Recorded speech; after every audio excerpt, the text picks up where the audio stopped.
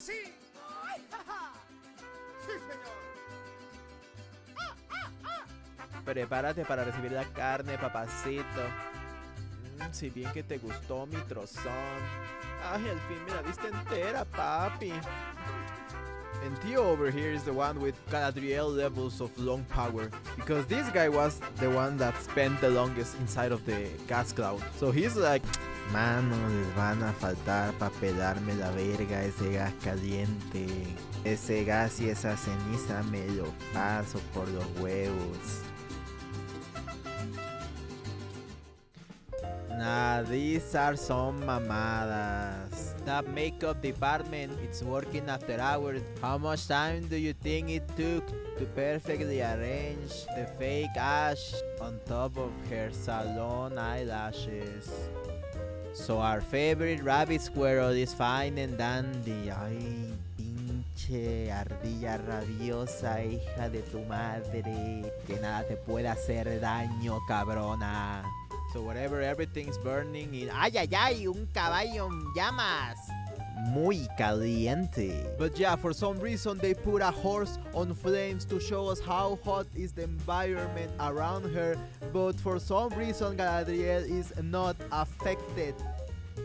And mamacita, such beautiful acting. She's a hero. She is stunning and brave. Stunning. She is absolutely beautiful and an inspiration. Yep, that's right. Well, what the hell are you guys talking? There are fires that are still burning. Almost every structure burned down to the ground. Those that are still standing kept burning. There is literally fire particles in the air. You can see the particles CGI in the air. There are calcined bodies right next to her. But somehow all the main characters are alive. All of them. The humans, the elves, the fucking orcs, the horses. The only person that died was coincidentally the least diverse person of the cast.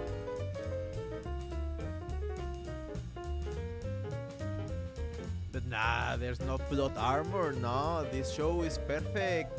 Everyone is fireproof, that's why they survive, you don't know the lore. Look at the amount of ash that is floating around. So how in the fuck is Theo able to survive this? How is he able to breathe so casually inside of the cloud of ash? His lungs are completely destroyed, right? Nah, it'll be fine. These two knuckleheads to help some people out of the flaming building. And then the whole flaming structure collapses on top of Isildur. He's dead, right? There's no fucking way in hell. Nah, don't worry. No one important is ever going to die in this series. They already showed us that there's no consequences, so why even care? Why are they even trying to tease the death of Isildur the whole episode? Literally later his father is like, oh well, onta mijo. And this bitch looks like she has been crying for like an hour.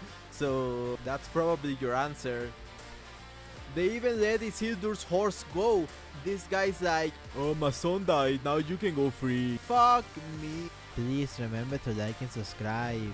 And comment, órale, if you're enjoying the video. Another scene with the Harfoots. These complete arseholes making the fat kid and hobo Gandalf carry all their weight. At least Nori, who is not a complete psychopath, goes and helps her friend. And Gandalf is like, dude, what the fuck? Are you really gonna help her? I'm carrying a car that is supposed to be hauled by 4 people all by myself. And none of you is gonna really give me a hand. Pinches culeros. ¡Ya, güey! ¡Pinche pendejo, güey! ¡Ya! ¡Pinche vato! ¡Pinche vato! ¡Ya, güey! ¡Ya, güey! ¡Por favor, idiota! They finally arrived to the place they have been talking about the whole show. And guess what? Somehow 2 giant flying boulders destroyed most of this place. But they didn't destroy all of it, just a small part. Look, the rest of it is still green. But if everything else is green, how in the fuck is this tree covered with ashes? It makes no sense. What? Are you telling me that the boulder travels a greater distance than the ashes? how the boulders are way heavier. You're telling me this is covered with ashes, but the rest of the fucking place is green, but there are somehow two giant boulders, so there was ashes. They should be able to at least see the ashes from afar. But no, the sky is blue as it can. They don't really know what hit them. Nori even goes ahead and asks Papa Smurf over there. Pariente, ¿qué pasó aquí? No, fíjese que dicen en los libros de historia que cuando viene un mal bien malote así grande, cerro de aquí cerca echa fuego por el hocico. Eso a lo mejor fue. But whatever, so they asked Hobo Gandalf to use his bullshit magic powers to bring the forest back to life. And for real, I don't know what the fuck he's doing, but the faces he does make me really uncomfortable. Like, dude, what are you doing, man? Are you jerking off on the tree? Are you urinating but it hurts because you have an STD? What is going on? Like, who decided those close-ups were a good idea? What the fuck? And by the way, this episode was directed by a woman, so...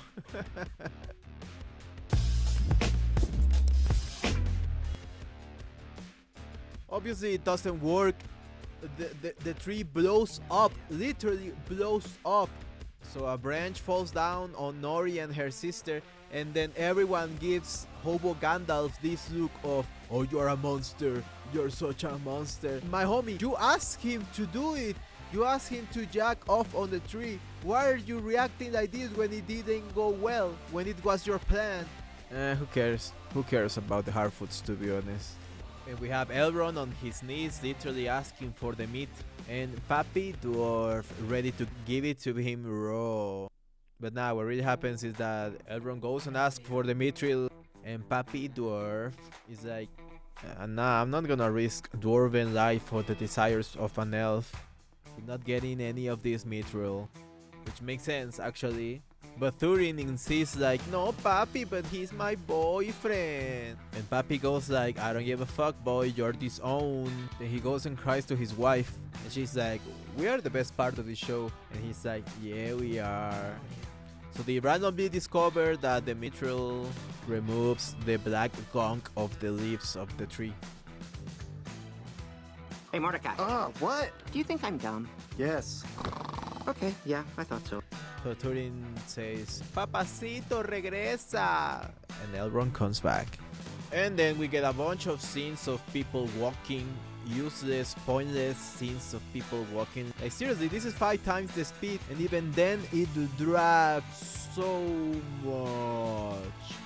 Back to the Harfoots. This guy's like, dude, take your shit and get the fuck out of our sight. You suck at magic. You're useless, bro. So get out. You're better of your own. Go look for your people. No wonder everyone's saying that the Harfoots are freaking psychopaths. They're making this man that doesn't even know how to talk wander through the woods by himself. Then Nori comes and gives him an apple. Like, dude, you're sending him to his demise inside the woods. He's not gonna survive a week at best by himself in the woods. You give him an apple? That's barely gonna last him a day. And of course, only when he leaves, his magic starts working. A bullshit flower grows on a dead tree covered by toxic ashes. Suspension of disbelief, I guess. Stupid! Then Galadriel gives another dumbass speech about humility or something like that. I don't know, she's speaking gibberish. This is not character development. He was a complete arsehole on every episode before, but now you suddenly write her as someone wise and thoughtful when she hasn't been anything but a pinche vieja mamona for the entire show. Now you're trying so hard to convince us that she's thoughtful and likable and graceful. No one's gonna buy that anymore. We all know she's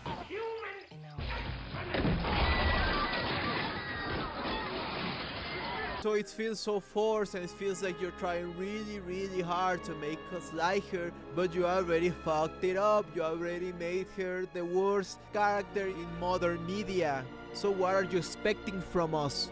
What more do you want from me?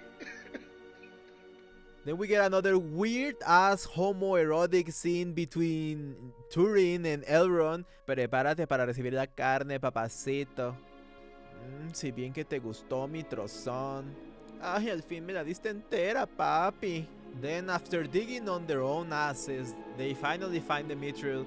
And look at this CGI, man. Remember, this show is 60 million an episode. And this is the best CGI you could get. My god. So Papi Dwarf is like Los Caché con las manos en la masa. And throws Elrond out. You're such a homophobe, Papi. Whatever, the Harfoots do something, nothing important. Now we get a scene in the Númenórean camp, and for some reason they tease us with the death of Bronwyn, which obviously is not gonna happen if she didn't die of the fucking arrow through her body, or the hemorrhage caused by the open wound, or of an infection caused by that off-brand cauterization that they give her. If she didn't die of all of that literally a day ago, she's not gonna die of a pyroclastic flow. By the way, Queen Muriel lost her sight. The only person that suffered any consequences was the best actress on the show, and you got rid of her best part. You got rid of her expressive eyes. How is she gonna carry the rest of the show? I have no idea. And then Galadriel is like, oh, I'm so sorry you lost your sight because I'm such a spoiled brat. Don't worry, my girl, we are strong, independent women and they are gonna feel our wrath. We will take the revenge on those white men, I mean orcs.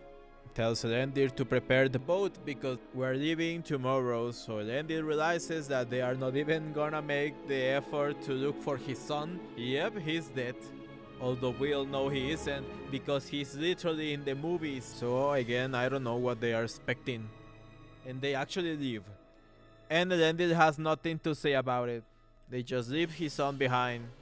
Whatever. Apparently Halbrand also got her somehow with something they don't really specify, they don't care. They literally have my boy sweating over here, and Galadriel is like, I cannot heal him here, I need elvish medicine. Just a lame excuse to take Sauron or Halbrand or whatever this guy is to Lindon, so he finally reveals his big evil plan. And if he's in such bad state that he needs elvish medicine to heal him, how is he able to just in the next scene get up and walk? Look, he's even riding a horse. What? You can even see the giant wound on his left side. Still bleeding apparently. By the way, this is the distance that he's supposed to travel with a septic wound, with that still bleeding open wound. So how are you able to walk, let alone ride a horse all the way up to Lindon? Or are you getting there by boat? Because the queen already left, so I don't know who is gonna give you a ride. So added to the list of immortal beings in the show.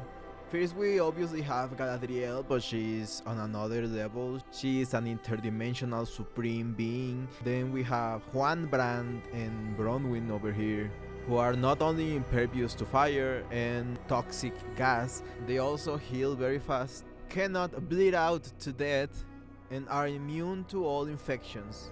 Then we have the rest of the cast, who are at least fireproof and can breathe through literally fire particles and toxic gas. So they have iron lungs because they can breathe through 300-degree gas. And Theo over here is the one with Galadriel levels of lung power, because this guy was the one that spent the longest inside of the gas cloud. So he's like, manos les van a faltar pa pelarme la verga ese gas caliente. Ese gas y esa ceniza me lo paso por los huevos. And then we get the dwarves again. And Disa says, we're still the best part of the show, right? And Turin is like, hell yeah, baby. And the huge reveal of the episode is Balrog, who apparently awakens for some reason. Although he's not supposed to be awakened until the third age. So this whole reveal makes no fucking sense. It literally only took a quick Google search to prove them wrong.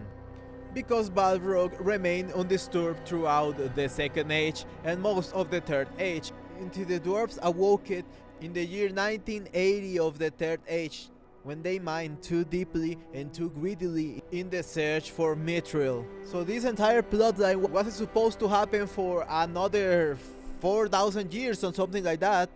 But the showrunners keep claiming that they are so hot for Tolkien, and we love Tolkien. We're not trying to bastardize your favorite IP. When a quick Google search can prove your entire plotline wrong. Están bien pendejos. Les falta un chingo de barrio, morros. And I actually forgot that Galadriel now remembers what happened to Celeborn. And just like her brother, he died of getting hugged by an orc. And finally, we made it to the last scene of the show. I'm not kidding, this was the last scene of the episode. A shitty After Effects transition, telling us something that we already know. Just remember that this was 60 million an episode, 500 million this season alone. A $1 billion production. Please don't forget to like and subscribe. Comment down below, órale, if you like the video.